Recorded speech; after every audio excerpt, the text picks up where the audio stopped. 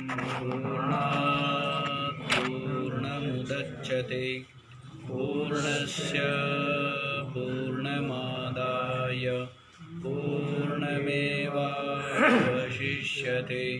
ॐ शान्तिः ॐ सहना भवतु सहनौ भुनक्तु सह वीर्यं करवावहै तेजस्विनावधीतमस्तु मा विद्विषावहै। ॐ शान्तिः शान्तिः। हाँ जी, 11वां श्लोक तक हो गया है कि जो हे भरत श्रेष्ठ, जो धर्म अविरुद्ध जो काम है वो मैं ही, शास्त्र से विरुद्ध नहीं, शास्त्र अनुमोदित, शास्त्र जिसका अनुमोदन कर रहे हैं, ऐसा जो काम है, इच्छा, वो मैं ही हूँ, ये बतला दिया है। और फिर आगे वाले श्लोक में देखिए क्या कहते हैं। ये चैव सात्विका भावा राजसास्तामसाश्च ये मत्त एवेति तान् विद्धि न त्वहं तेषु ते मयि। ये च एव सात्विकः भावः राजसः तामसः च ये मत्तः एव इति तान् विद्धि न तु अहं तेषु ते मयि। ये च एव, और ये जो, सात्विकः राजसः तामसः च भावः, ये जितने भी सात्विक या राजसिक या तामसिक पदार्थ है, भावा माने पदार्थ, जो भी सत्व से उत्पन्न क्या होंगे, सात्विक पदार्थ, और रजो से उत्पन्न राजसिक पदार्थ, और तम से उत्पन्न तामसिक पदार्थ, जो पीछे बतलाया है ना, क्या बतलाया है, 2 प्रकार की प्रकृति बतलाई गई है, परा और अपारा।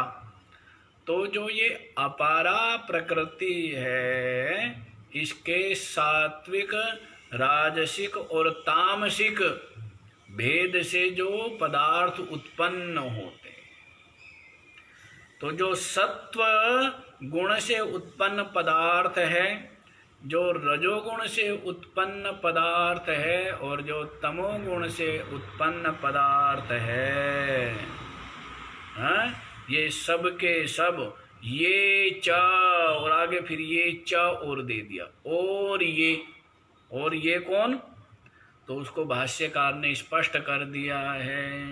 क्या स्पष्ट किया है कि जो प्राणियों के कर्मवशात जो पदार्थ उत्पन्न होते हैं, है ना, वैसे तो सत्व रज और तम में सभी का परिगणन हो जाता है, सभी का ग्रहण कर लिया जाता है, लेकिन फिर भी बतला रहे हैं ये च अलग से जो कह दिया गया ना, शुरू में भी ये च और बाद में भी ये च, तो ये क्या है, इसका मतलब जो कुछ भी प्राणियों के कर्म वसात उत्पन्न होने वाले पदार्थ है, अर्थात सब कुछ। सत्व निर्वृत्ता, रज निर्वृत्ता, रजो निर्वृत्ता और तमः निर्वृत्ता, जितने भी पदार्थ है वे सब के सब क्या है? सर्व एवा मत्त एवा इति तान विद्धि मत्तः, माने वो सब के सब क्या है? मेरे से ही उत्पन्न हुए। मत्त एवा तान जायमानान विद्धि, मेरे से ही उनको उत्पन्न हुआ जानो। सबके सब क्या है? सर्वान समस्तान मत्ता एवा विद्धि, मेरे से ही उत्पन्न हुआ जानो। जो भी सात्विक राजसिक तामसिक, कैसे जी आपसे कहाँ उत्पन्न हुए? अरे बारंबार बतलाना पड़ेगा क्या है? मेरे से ही, पीछे बताया ना, अहम कृत्स्नस्य जगतः प्रभवः तथा प्रलयः, मेरे से ही संपूर्ण जगत उत्पन्न हुआ है और प्रलय भी मेरे से ही होता है। बताया था ना, क्योंकि मेरे से ही ये परा प्रकृति और मेरे से ही ये अपरा प्रकृति उत्पन्न हुई है, और ये अपरा प्रकृति अष्टभेद वाली है, ये बतला दिया। और इससे ही समस्त स्थूल सूक्ष्म जो प्रपंच है इसकी उत्पत्ति हुई है। तो इसलिए क्या हो गया? जो भी सत्व निर्वृत्ता या रज निर्वृत्ता या तमः निर्वृत्ता पदार्थ हैं, अर्थात जो सत्व गुण से उत्पन्न हुए पदार्थ, रजोगुण से उत्पन्न हुए पदार्थ या तमोगुण से उत्पन्न हुए पदार्थ है, उन सब को तुम मेरे से ही उत्पन्न हुआ विद्धि जानो। मत्त एवा, मेरे से ही उनको तान विद्धि, उनकी उत्पत्ति जानो। ना तू अहम, और एक चीज और देखिए, ये त्रिविध गुणों के उत्पन्न जो पदार्थ है, त्रिविध पदार्थ, सात्विक पदार्थ, राजसिक पदार्थ और तामसिक पदार्थ, इनमें जो है संसारी जीव मोहित हो जाते हैं। सबके सब क्या होते हैं? संसारी जीव इस सात्विक राजसिक तामसिक पदार्थों में क्या है? मोहित है। तो कह रहे ना तू अहम, मैं उनके अधीन नहीं हूँ। जिस प्रकार से संसारी अज्ञानी जीव उनके अधीन है, उस तरह है ना तू अहम, किंतु मैं उनसे उत्पन्न हुआ नहीं हूँ। वो मेरे से उत्पन्न हुए हैं और मैं उनके अधीन नहीं हूँ। ते मई, वे क्या है? वे पदार्थ वास्तव में क्या है? मेरे अधीन है। समझ आया? तेसु न तू अहम आधीनः, मैं, तेसु माने उन विषयों में, उन पदार्थों में मैं आधीन नहीं हूँ। ते मई आधीनः, वही मेरे अधीन है। जिस प्रकार से संसारी लोग क्या है? इन सत्व रज तम गुणों से उत्पन्न जो पदार्थ है, इनमें सब मोहित है ना? तामसिक प्रवृत्ति वाले क्या है? तमोगुणी पदार्थों में, तामसिक पदार्थों में मोहित है, लुब्ध है। और जो राजसिक प्रवृत्ति वाले हैं वो रजोगुण से उत्पन्न जो पदार्थ है उनमें मोहित हैं। और जो सात्विक प्रवृत्ति वाले हैं, वे जो सात्विक पदार्थ है वो उनमें मोहित हैं। तो सब मोहित हुए ना। तो इसी बात को बतलाते हैं कि ना तु अहम तेसु, मैं उनमें, तेसु माने उनमें, ना तू माने किंतु अहम ना, मैं उनमें मोहित नहीं हूँ, उनके अधीन नहीं हूँ। ते मई, वे पदार्थ ही वास्तव में मेरे अधीन है। वे पदार्थ ही क्या है? मेरे अधीन है। समझ आया? संसारी लोग मोहित है, मैं मोहित नहीं हूँ। कौन मैं भी सुन लेना। मैं की तो सारी बात है। सारी बात किसकी है? सारी कहानी मैं की है।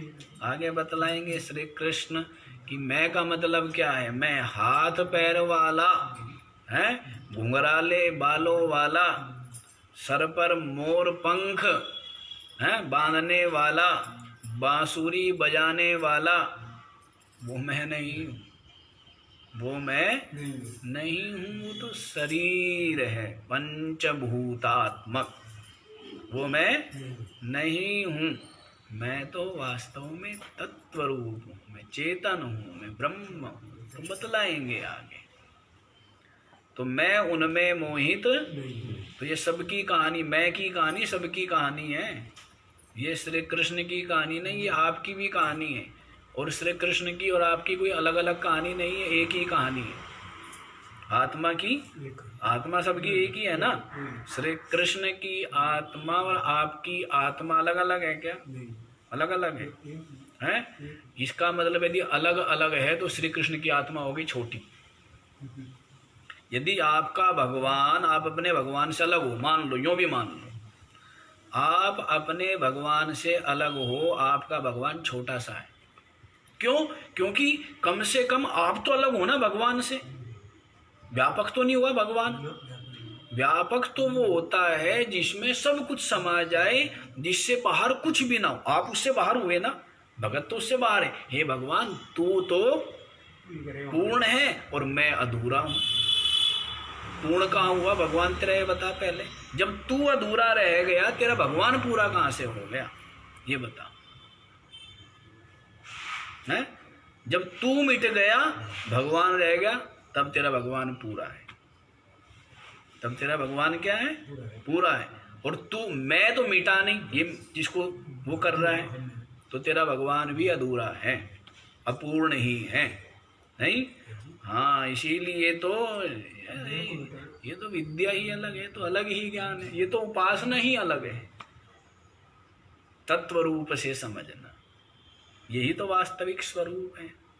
इसी को तो कहा श्री कृष्ण ने, हजारों में अनेकों में कोई एक यत्न करता है, उन यत्न करने वालों में कोई कोई साहसी वीर ही मुझे तत्व से जान पाता। तो देखो जी क्या बतला रहे, आगे सब आता जाएगा। समझ आया? तो तान मत्ता एवा विद्धि, उन समस्त पदार्थों को, सात्विक राजसिक तामसिक पदार्थों को, मत्ता एवा विद्धि, मेरे से ही उत्पन्न हुआ जानो।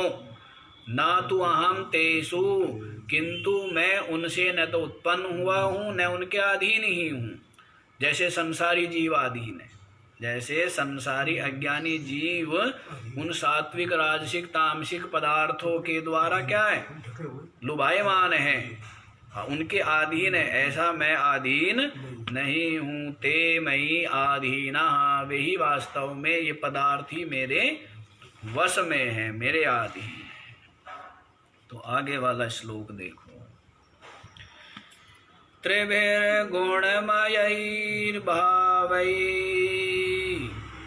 रेभिः सर्वमिदं जगत् मोहितं नाभिजानाति मामेभ्यः परमव्ययम्। त्रिभिः गुणमयैः भावैः एभिः सर्वं इदं जगत् मोहितं न अभिजानाति मामेभ्यः परम अव्ययम्। त्रिभिः गुणमयैः भावैः, तीन जो इन तीनों गुण प्रधान पदार्थों से। पीछे क्या बतलाया कि सत्व रज तम गुणों से ही ये समस्त सात्विक राजसिक तामसिक पदार्थ उत्पन्न हुए। समझ आया? सत्वगुण से सात्विक पदार्थ, रजोगुण से राजसिक पदार्थ और तमोगुण से तामसिक पदार्थ उत्पन्न हुए, ये बतलाया है। तो अभी बतलाया त्रिभिः गुणमयी भावैः, तीनों गुण प्रधान। मयी माने प्रधान, मयट प्रत्यय होता है जहाँ प्रधान में बहुलता के लिए, है ना। कि आज तो भाई भक्ति में हो रहा है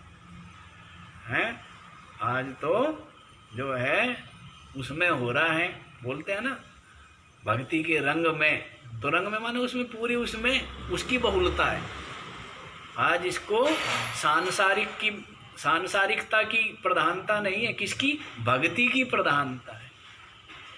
तो इन तीन जो सात्विक राजसिक और तामसिक गुण बतलाए हैं, उन तीन गुणों के वाले जो भावई जो पदार्थ है, तीनों गुण प्रधान पदार्थों के द्वारा इदम सर्वम जगत एभिः, ये जो संपूर्ण जगत है ना, ये सारा का सारा जगत एभिः माने एक तरह से आच्छादितम, आच्छादित है। ये भी यथोक्तई हैं, ये जो यथोक्त ऊपर कहे गए जो, दोबारा समझिए, ए भी त्रिभिर्गुणमयी भावैः इदम सर्वम जगत मोहितम, ऐसे अन्वय करेंगे। इन तीन गुण प्रधान पदार्थों के द्वारा, ए भी माने है, मैं थोड़ा सा ए भी का अर्थ कर गया इन गतव धातु से, लेकिन यहाँ विसर्ग है, ये तृतीया का बहुवचन है, ठीक है ना। तीनों के तीनों तृतीया के बहुवचन है। समानाधिकरण है। त्रिभिः गुणमयी भावैः एभिः, ये चारों के कितने पद हो गए? 4 पद हुए ना। त्रिभिः गुणमयी भावैः और एभिः, ये चारों के चारों पद समानाधिकरण में है। तो ये चारों के चारों पद है तृतीया विभक्ति का बहुवचन। तो एभिः माने इन त्रिभिर्गुणमयैर् भावैः, इन तीन गुण प्रधान भाव माने पदार्थों के द्वारा, समझ आ गया। इन तीन गुण प्रधान भाव माने पदार्थों के द्वारा इदम सर्वम जगत मोहितम, ये संपूर्ण जगत माने प्राणी जातम, संपूर्ण प्राणी समुदाय मोहित हो रखा है। तमोगुण में फंसे हुए हैं लोग, लुब्ध है, रजोगुण में लुब्ध है, और बहुत से ज्यादा ही हो गए तो वो सत्वगुण में है। यज्ञ यागादि विविध प्रकार की उपासनाएं, विविध प्रकार के सत्कर्म, ये क्या है? ये सत्व की प्रधानता से, सत्व गुण की प्रधानता होने पर सात्विक कर्म होंगे, रजोगुण की प्रधानता होने पर यही राजसिक कार्य कि भाई व्यापार को बढ़ाओ और कमाओ है और संग्रह करो, इस प्रकार के भाव आएंगे।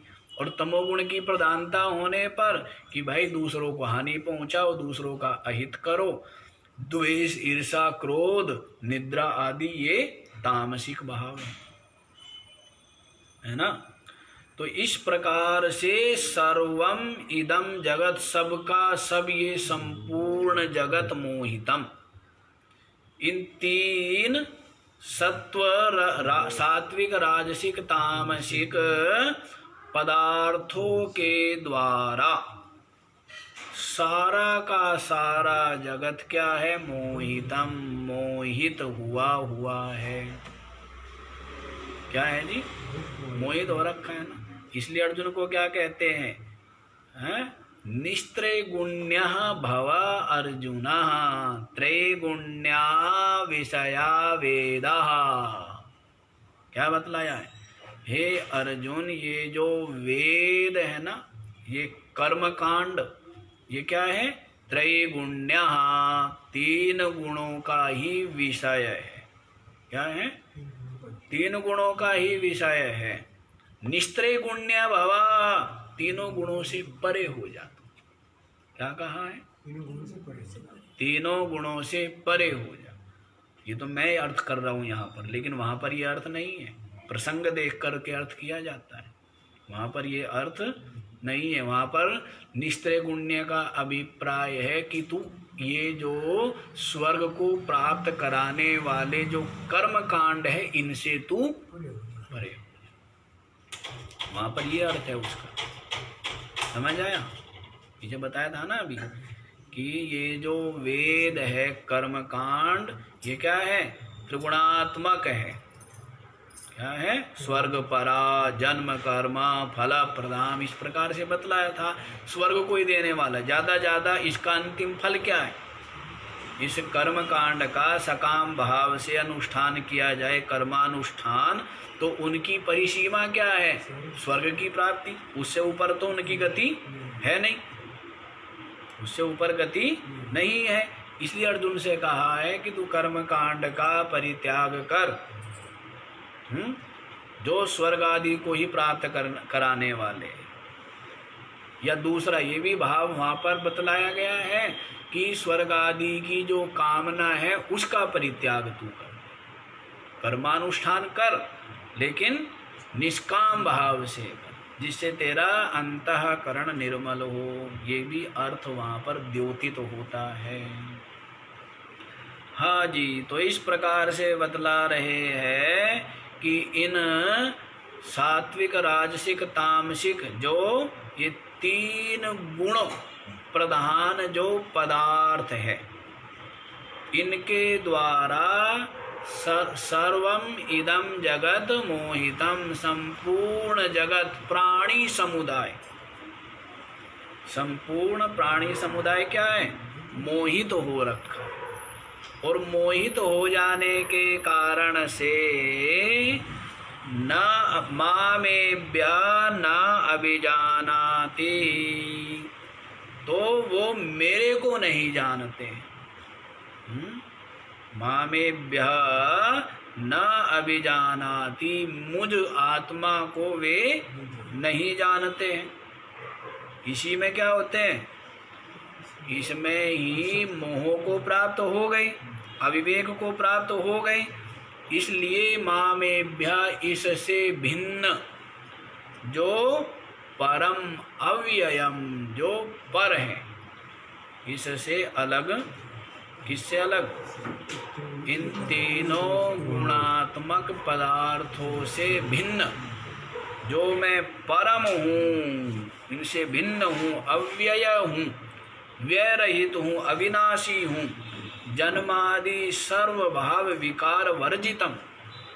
जन्मादि कितने प्रकार के भाव विकार बतलाए थे?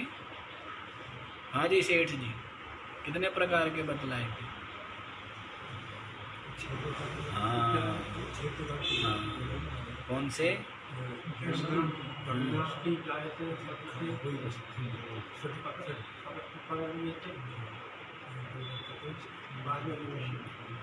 अस्ति जायते वर्धते विपरिणम्यते अपक्षीयते और विनश्यति।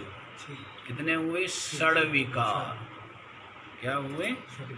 6 विकार। ये भाव पदार्थ, जितने भी पदार्थ है, सबके सब 6 विकार युक्त है। संपूर्ण सृष्टि में जितने भी भाव पदार्थ है, सबके सब क्या है? 6 विकार युक्त है ना। जैसे बीज है, तो बीज में क्या है? वृक्ष है। क्या है? उसको कहते हैं अस्थि। अस्थि माने है। फिर उस बीज को भूमि पे रोप दिया तो क्या हो गया? जायते, अंकुरित हुआ ना, तो क्या हो गया? वो जायते, उत्पन्न हो गया।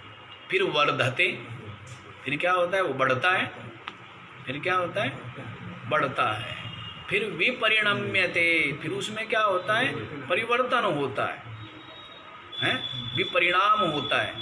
कुछ समय पश्चात आप देखेंगे क्या होगा कि उसमें फूल आएंगे, फल आएंगे, हैं, जैसे मनुष्य के दाढ़ी मूंछ आ जाते हैं, तो इस प्रकार से फूल फल आदि आएंगे। तो ये क्या हुआ, विपरिणाम हुआ, परिवर्तन हो गया ना।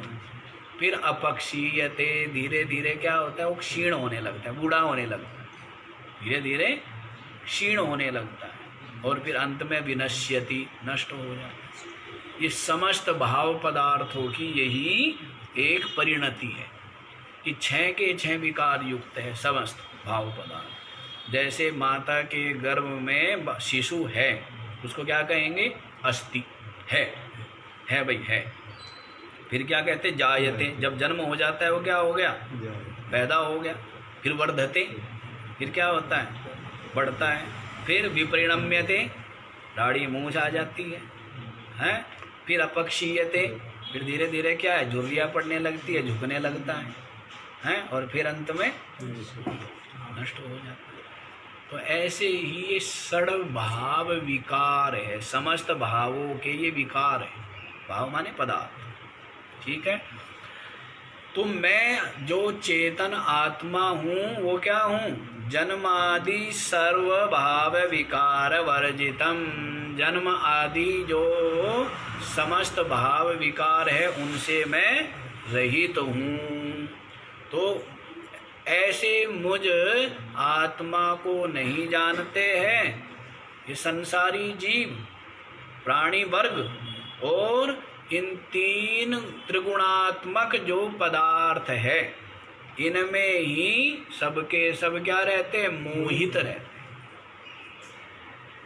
त्रिगुणात्मक जो ये पदार्थ है, तो इन पदार्थों में ही सबके सब क्या रहते हैं, मोहित रहते हैं। और मुझ परमात्मा को जो इससे क्या है, विलक्षण है, इससे भिन्न है, परम माने विलक्षण, और अव्ययम जो क्या है, व्यय रहित है। ना व्येति इति अव्यय, जिसका व्यय ना हो, जो घटे नहीं, घटने के साथ बढ़ना भी जोड़ देना, जो घटे नहीं बढ़े नहीं, जो घटे नहीं बढ़े नहीं, जो एक रस है उसको क्या कहते हैं, एक रस। परिवर्तन हो, यदि घट गया तो भी परिवर्तन, और बढ़ गया, दोनों ही गड़बड़ काम है ना, क्यों जी सेठ जी, दोनों ही गड़बड़ काम है। तो परमात्मा कैसा है, ना घटने वाला न बढ़ने वाला, एक रस। ऐसे है नहीं कि जब बचपन है शरीर का तब परमात्मा जो है, परमात्मा भी छोटा है। फिर जवानी आ गई तो परमात्मा जो है बढ़ गया है, और जब बुढ़ापा आ गया तो परमात्मा घट गया। ऐसा नहीं है, हैं। बालकपन में भी जो मैं चेतन है आत्मा वो वही है, युवावस्था में भी वो मैं वही है, और बुढ़ापे में भी मैं, और फिर बाद में मैं बालक, मैं जवान, मैं बूढ़ा, वो शरीर के जोड़ती है। पर मैं जो है वो तो एक रस है, नहीं है।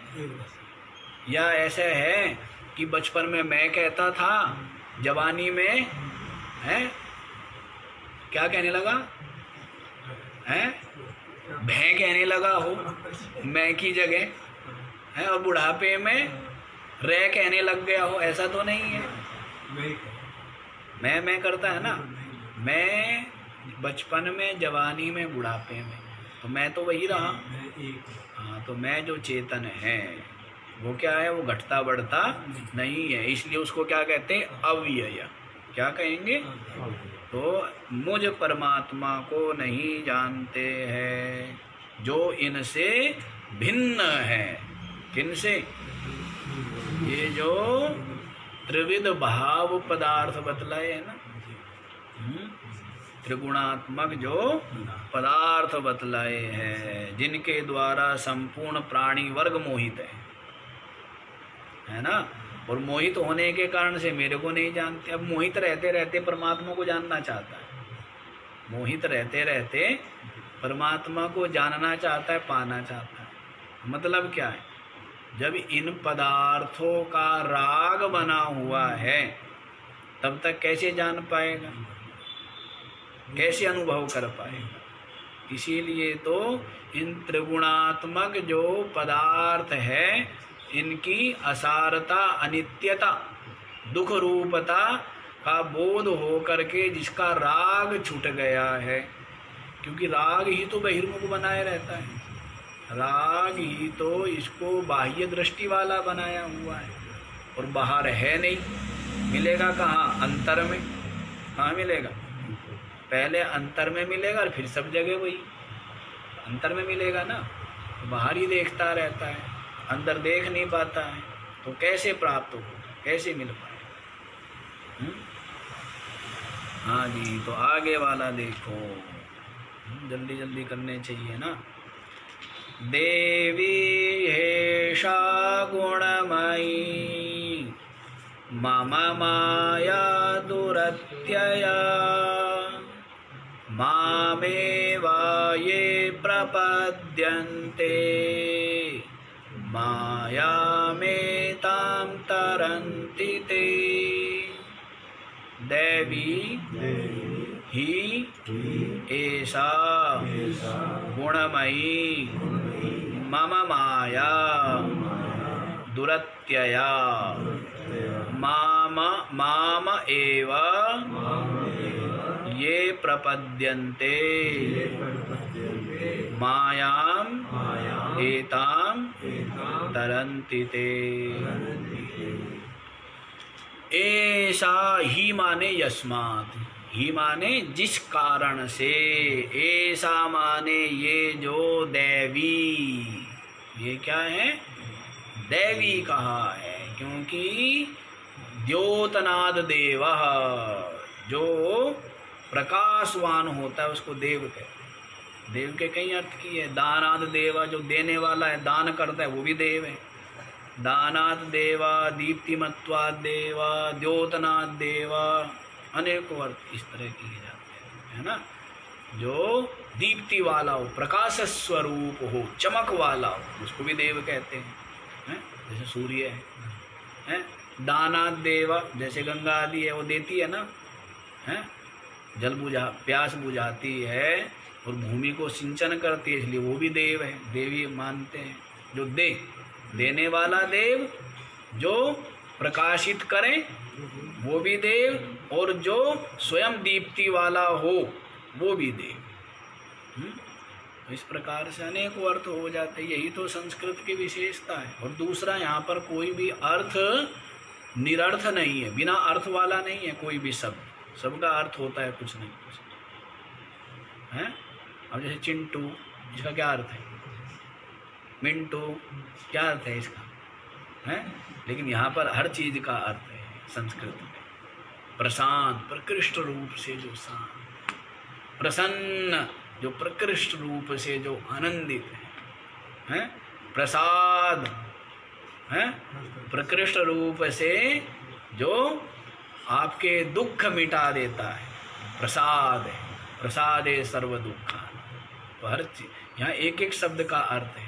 राम, कृष्ण, सबके अर्थ बताए हैं ना। केशव, माधव, सब अर्थ है हर शब्द के। राम माने जिसमें योगी लोग रमण करते हैं। कृष्ण, जो अपने भक्तों के पाप को जड़ से उखाड़ डालते हैं, उसको कृष्ण कहेंगे। हैं, जो अपने भक्तों के पापों को आकर्षित करके क्या करते हैं? खींच करके जड़ से उखाड़ डालते हैं, उसको कृष्ण कहेंगे। हरि, जो पापों का हरण करने वाला, उसको हरि कहेंगे, है ना। तो सबके अर्थ है। केशव, केशी नाम के जो दैत्य को मारने वाला, उसको केशव कहेंगे, हैं। इसी प्रकार से मधु, माधव, हैं, जो शहद के समान मीठे है, ये भी एक अर्थ लग जाता है उसका, माधव। एक मधु दैत्य का भी है, हनन करने के कारण से माधव हो जाते हैं। सबके अर्थ है। हाँ जी। तो दैवी, ऐशा दैवी, ये जो दैवी है, क्या? गुणमयी, गुण प्रधान। कितने गुण बताए? 3 गुण बताए, सत्व रज तम। तो ये जो दैवी गुण प्रधान माया है, मम माया, मेरी जो माया है, मेरी जो माया, उस माया के ही ये त्रिगुणात्मिका है। और इसके 2 भेद बतला दिए, परा और अपरा करके, है ना। तो ये जो मम माया, ये जो मेरी माया है, कैसी है? जो दैवी है, दिव्य है। और हाँ, दिव्याद भी, तो दिव्याद देवा, ये भी अर्थ लगता है। जो दिव्य हो उसको भी देव कहते हैं। हाँ जी, तो जो मेरी माया है, जो दैवी है, दिव्य है, गुणमयी, गुण प्रधान, गुणस्वरूप ही तो है त्रिगुणात्मिका माया। लक्षण क्या करते हैं माया का? त्रिगुणात्मिका माया, 3 गुणों वाली ही माया है। तो ऐसी जो मम माया, मेरी जो माया, माया माने जादू, माया माने हिंदी में सुन लो, जादू है। दुरत्यया, इसका अतिक्रमण करना क्या है? अत्यंत कठिन है। इसको पार करना अत्यंत कठिन है। दुरत्यया क्यों? संपूर्ण प्राणी वर्ग इन मेरी माया के द्वारा ही मोहित है। क्या कह रहे हैं? संपूर्ण प्राणी समुदाय मेरी माया से ही मोहित हो रखा है। इसलिए मुझ परमात्मा को, जो अविनाशी है, इससे विलक्षण है, नहीं जानते। यदि परमात्मा को जान ले तो फिर क्या है? फिर क्या है? फिर कोई बंधन है क्या? फिर कोई क्लेश है क्या? फिर क्यों अशांति है क्या? नहीं है ना। जान लिया कि मैं चेतन आत्मा, आगे बतला रहे हैं स्वयं ही, आगे आ ही रहा है, आगे वहीं बतला देंगे, हैं? सर्वात्मा, मैं चेतन आत्मा क्या हूँ? सर्वात्मा, सबका आत्मा मैं ही। इस प्रकार से ब्रह्म रूप हूँ, सच्चिदानंद रूप हूँ। इस प्रकार से जो निश्चय है, यही क्या है? यही मेरे को जानना, यही इस माया का अतिक्रमण है। तो देखो क्या कहते हैं कि मम माया दुरत्यया, मेरी जो ये जो दैवी गुण प्रधान जो माया है, इसका अतिक्रमण करना अत्यंत कठिन है। अत्यंत, इतना सरल भी नहीं है। क्यों? क्योंकि सब के सब उसी में मुग्ध हैं। त्रिगुणात्मक माया के त्रिगुणात्मक जो पदार्थ है, सब उसी में ही क्या है? उसी में मोहित है? तमोगुण में प्रवृत्ति बनी हुई है, या रजो गुण में प्रवृत्ति बनी हुई है, या सत्व गुण में बनी हुई है तो तीनों के तीनों चोर ही, तीनों के तीनों क्या है? चोर ही है। सत्वगुण थोड़ा सा सात्विक चोर है ना।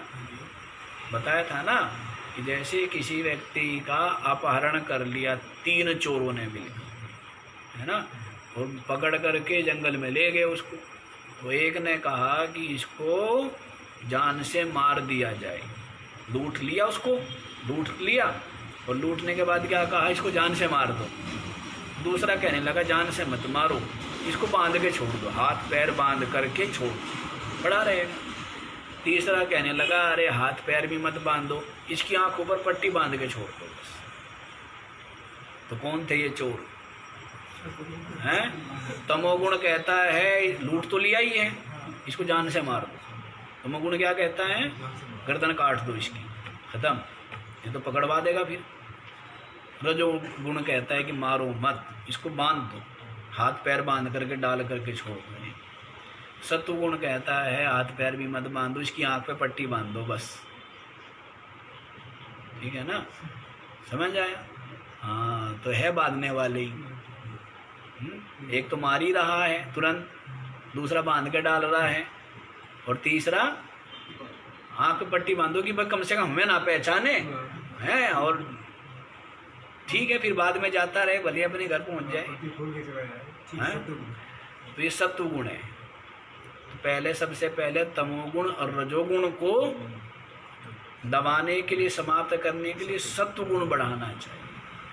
तो सात्विक कर्म, सात्विक संगति, सत्कर्म आदि ये क्या है, इनसे सत्व गुण बढ़ेगा। सात्विक ग्रंथों का अनुशीलन है, तीर्थ यात्रा, जो भी सात्विक कर्म है, सत्कर्म है, इनसे क्या होगा, सत्व गुण बढ़ेगा। फिर सत्व गुण बढ़ेगा।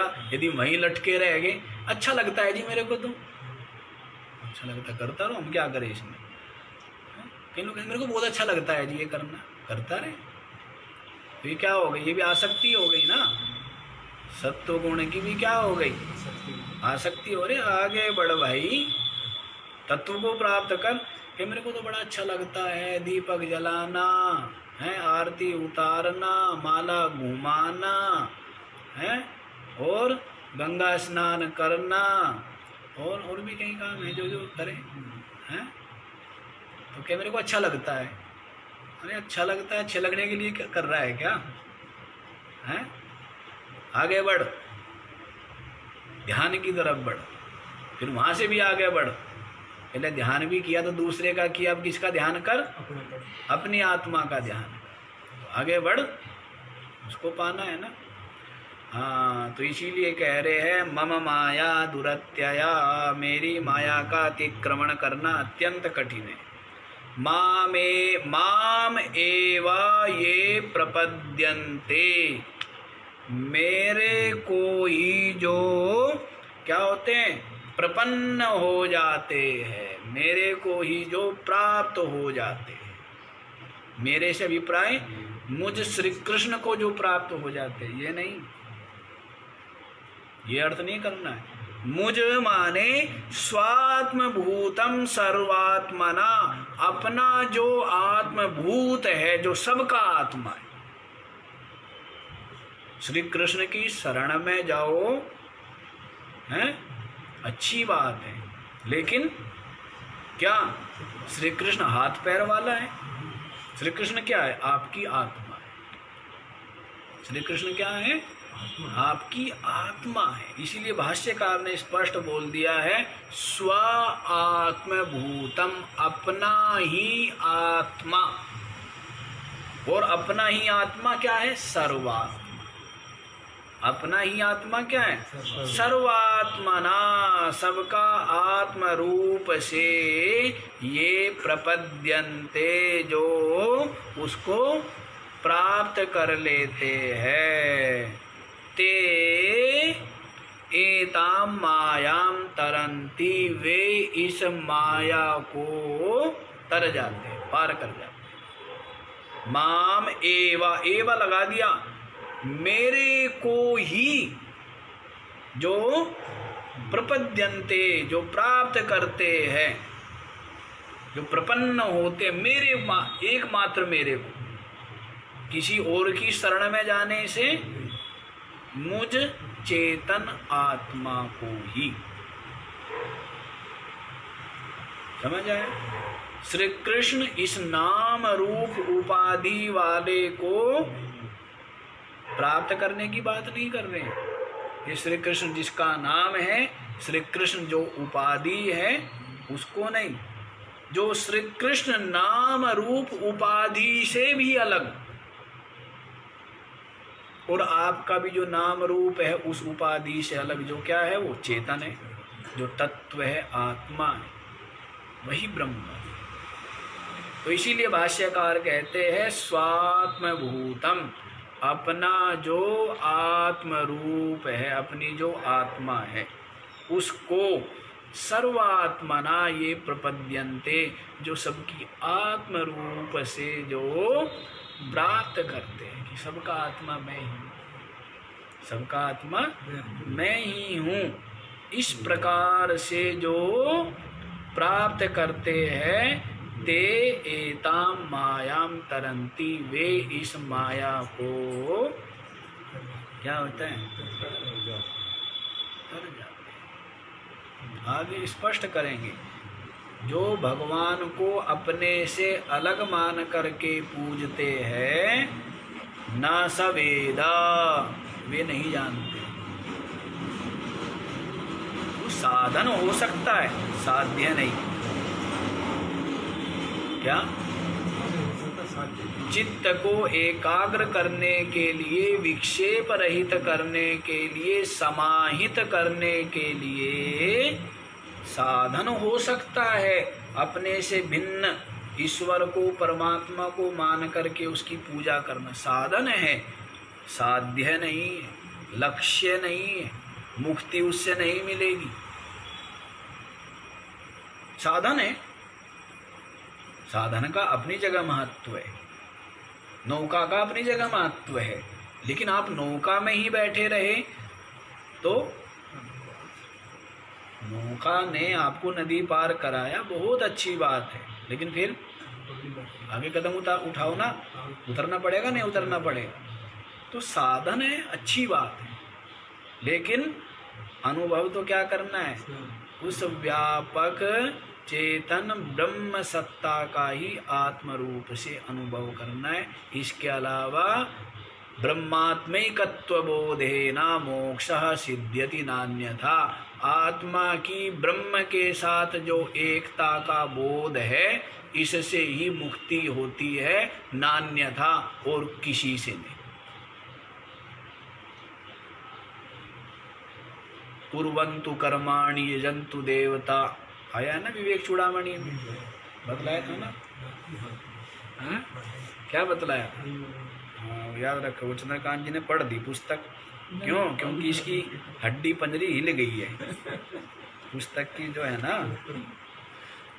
वदन्तु शास्त्राणि यजन्तु देवान् कुर्वन्तु कर्माणि भजन्तु देवता आत्मैक्य बोधेन विना विमुक्ति न सिद्ध्यति ब्रह्म शतांतरे। वदन्तु शास्त्राणि, कितने ही शास्त्रों का व्याख्यान करो। यजन्तु देवान, कितना ही देवताओं के निमित्त यज्ञ करो। कुर्वन्तु कर्माणि, कितने ही कर्मानुष्ठान करो। भजन्तु देवता, कितना ही देवताओं का भजन करो, लेकिन आत्मैक्य बोधेन विना विमुक्ति, आत्मा की ब्रह्म के साथ एकता के बोध के बिना मुक्ति नहीं होगी। ब्रह्म शतांतरे भी, भले ही सैकड़ों कल्प बीत जाए। समझ आया? तो इसलिए यहाँ पर माम का अभिप्राय श्री कृष्ण नाम रूप उपाधि नहीं है। मामेव भाष्यकार स्पष्ट करते हैं, जो अपनी आत्मा है उसको सर्वात्मना रूपेणा, कि वो मैं आत्मा, सबका आत्मा हूँ, इस प्रकार से जो प्राप्त करता है, वही एतां मायां तरन्ति, वो इस माया को संसार बंधन मुच्यन्ते इत्यर्थः स्पष्ट कर दिया है, संसार बंधन से मुक्त हो जाए। तो माया को कौन पार करेगा? जो मायावी को जाने। किसको? जादूगर और जादूगरी। जादू तो कौन जादूगर है? वो चेतन आत्मा क्या है? जादूगर है, और उसका ये जादू है माया, और ये सारा संसार उसकी जादूगरी है। समझ आया? जादूगर, जादू, जादूगरी। जादूगर कौन? आत्मा है, और जादू क्या? ये माया, और जादूगरी क्या? ये सारा संसार। मायावी कौन? आत्मा, माया, माया, और ये माया का कार्य। ये क्या है? मायावी, माया और माया का कार्य। तो जो मायावी को जान लो। मायावी कहाँ बैठा है? कहीं पहाड़ पे किसी कंदरा में छिप के नहीं बैठा है। कहाँ बैठा है? हैं? इस हृदय शरीर रूपी इस क्षेत्र में, हृदय रूपी बुद्धि रूपी इस गुफा के अंदर बैठा हुआ है, और वहीं से जो चुप नहीं बैठ रहा है, वहीं से जो मैं कर रहा है, वहीं पर बैठा बैठा जैसे पता लग जाता है ना शेर अंदर दहाड़ रहा हो तो पता लग जाता है कि गुफा के अंदर सिंह है। तो वैसे ही क्या है, गुफा के अंदर बैठा हुआ है शेर, और ये बेचारा भेड़ बकरी बन के भयभीत हो रहा है, भटक रहा है। शेर अंदर बैठा है, हैं? बताया ना कि भेड़ हो के भैं भैं मचाया। कैसे है वो कि अपने अज्ञान से तू भ्रमाया, शेर हो कर के भैं भैं मचाया। है शेर और मान रहा है क्या, बकरी की तरह भैं भैं कर रहा है। तो वैसे ही शेर बैठा हुआ है अंदर, नहीं? हाँ, लेकिन वो शेर का जो प्रकाश है ना क्षण क्षण के आ रहा है। प्रकाश किसका आ रहा है? इशारों में प्रकाश, इंद्रियों में प्रकाश झलक रहा है ना। जैसे मंदिर में दीपक रखा है और झरोकों से प्रकाश क्या है, छन के आ रहा है ना। प्रकाश किसका है? तो वैसे दीपक अंदर रखा हुआ है, चेतन चेतन आत्मा दीपक अंदर है और उसका प्रकाश क्षण क्षण के आ रहा है। बुद्धि पर पड़ा, बुद्धि से मन पर पड़ा, मन से इंद्रियों पर पड़ा, इंद्रियों से शरीर पर पड़ा, इनसे विषयों पर पड़ा। अब आप सोचो, वो विषय में इतना सुख है, आपको भास रहा है। अब आप ये सोचो जहां से ये चला है वो कितना आनंद वाला है। समझ आया? चेतन आत्मा का आनंद का प्रतिबिंब किस पे टकराया? बुद्धि पे, फिर मन पे, मन से फिर इंद्रियों पे, इंद्रियों से इन विषयों पे। अब आप सोचो, जो इतनी जगह वहां पड़ा, फिर वहां पड़ा, फिर वहां पड़ा, फिर वहां पड़ा, अब इतना इतना प्रकाश इन विषयों में है, इतना सुख आनंद आप मान रहे हैं, वो आप सोचो आत्मा में कितना होगा, है? आत्मा का ही आनंद है ना ये। अच्छा जी, आगे देखो। तो ये जो मुझे प्राप्त हो जाते हैं वे इस माया का क्या करते हैं? तर जाते हैं। तो फिर क्यों आपको प्राप्त नहीं होते? सभी लोगों को आपको ही प्राप्त हो जाना चाहिए। इसमें क्या परेशानी है जीवों को? तो कहते हैं सब मेरे को प्राप्त नहीं हो सकते। क्यों नहीं हो सकते? तो आगे वाला श्लोक देखिए। न मां दुष्कृतिनो मूढ़ः प्रपद्यन्ते नराधमा माययापहृत ज्ञाना आसुरं भावमाश्रिता। न मां दुष्कृतिनः मूढ़ः प्रपद्यन्ते नराधमः मायया अपहृत ज्ञानः आसुरं भावम् आश्रितः। न मां दुष्कृतिनः। क्यों आपको प्राप्त नहीं होते? सबके सब आपको ही प्राप्त हो जाए तो सबके सब क्या होंगे? माया से तर जाएंगे। तो बतलाते हैं मायया अपहृत ज्ञान। सबसे पहले तो माया के द्वारा, त्रिगुणात्मिका माया के द्वारा क्या हुआ?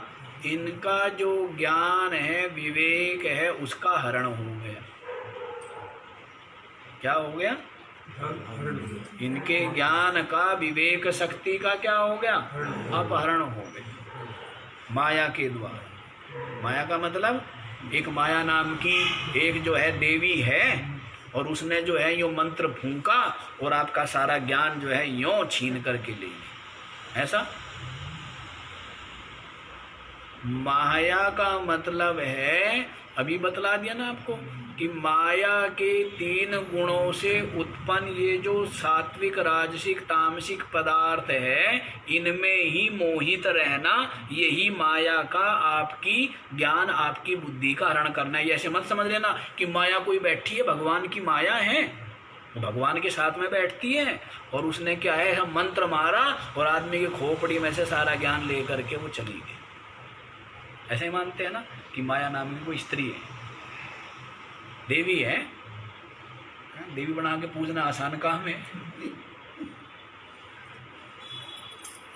हाँ जी, समझ आया। माया, माया ने कैसे आपकी बुद्धि का हरण किया है, ज्ञान का, समझ आया कैसे कि माया का जो ये कार्य है सत्व रज तम, ये जो पदार्थ है इनमें ही क्या है, ये मोहित है, इनमें ही आनंद, इनमें ही रस ले रहा है, इनमें ही डूबा हुआ है, इसी में निमग्न है।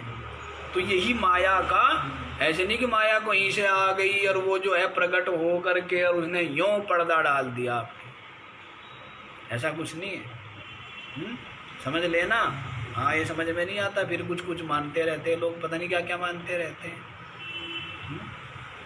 हाँ जी, तो देखो, माया अपहृत ज्ञान, माया के द्वारा जिसका जो ज्ञान है, विवेक शक्ति, वो अपहृत हो गई इन विषयों से। और फिर क्या हो गए कि ऐसे जो दुष्कृतिना, जो क्या है, पापकारिण, पाप कर्मों में ही जो लगे हुए, मूढ़ा, जो विशेष रूप से क्या है, मोहित है, मूर्ख है, नराधमा, ऐसे जो नरों के बीच अधम नर है, निकृष्ट जो लोग हैं, समझ आया, जो असत्य भाषण, हिंसा आदि में जो लगे हुए हैं और असुर भाव वाले, ऐसे लोग, हिंसा, असत्य भाषण और आसुर भाव।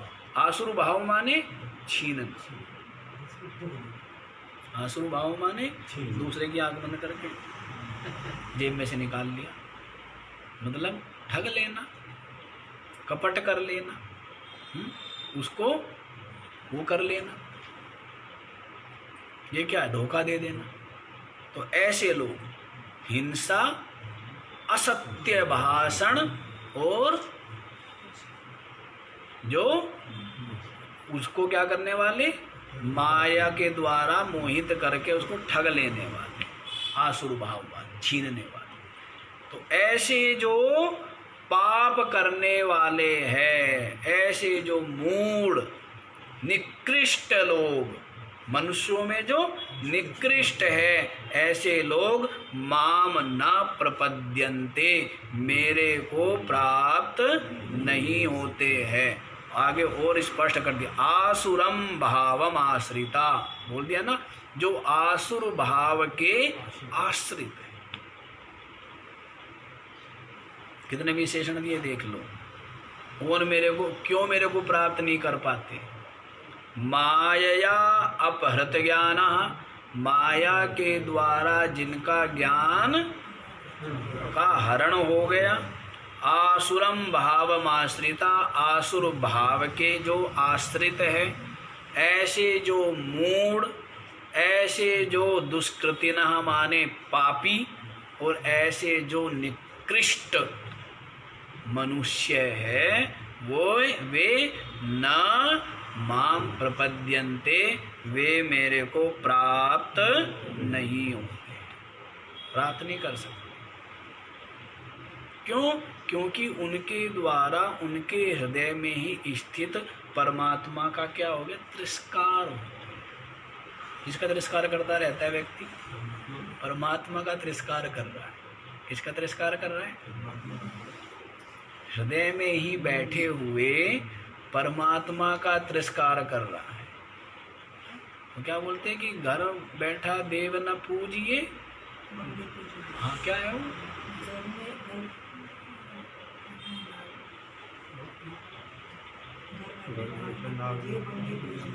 हाँ बम्बी पूजन जाए, घर आया नाग न पूजिए बम्बी पूजन जाए। ये दुनिया की स्थिति यही है ना, कि जो घर में आ गया है स्वयं उसका देवता, उस बम्बी का मालिक, तो उसको तो पूजते नहीं और बम्बी पूजन जाते हैं फिर। तो वैसे ही अपने घर में बैठा हुआ जो आत्मा है उसको तो पूजना नहीं, और पता नहीं क्या क्या पूजता फिर है। हाँ, सेठ जी कह रहे चक्की को नहीं पूजते हैं क्या? अच्छा वो भी आ रही है क्या? अच्छा जी, देखो क्या कह रहे हैं, समझ आया कि माया के द्वारा जिनकी विवेक शक्ति का हरण हो गया, जो आसुर भाव से युक्त है, ऐसे जो पापी, ऐसे मूढ़, ऐसे नराधम, जो असत्य भाषण और आसुर भाव और हिंसा में जो प्रवृत्त है, ऐसे जो नराधम है, वे न माम प्रपद्यन्ते, हृदय में स्थित मुझ परमात्मा को प्राप्त नहीं करते। समझ आया? तो यहाँ पर ये बतला दिया है, तो आगे अब बतलाएंगे कि क्या सबके सब ऐसे है क्या नराधम?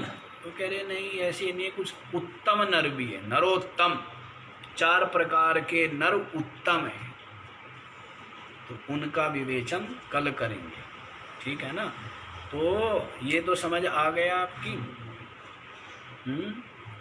कि जो दुष्कृति मूढ़ नराधम है, आसुर भाव वाले, विवेक शक्ति जिनकी नष्ट हो गई, वो मुझ परमात्मा को प्राप्त नहीं करते हैं और मेरे को प्राप्त नहीं होते, इसीलिए वो माया में ही पड़े रहते हैं, इस माया का अतिक्रमण नहीं कर पाते, माया को नहीं कर पाते।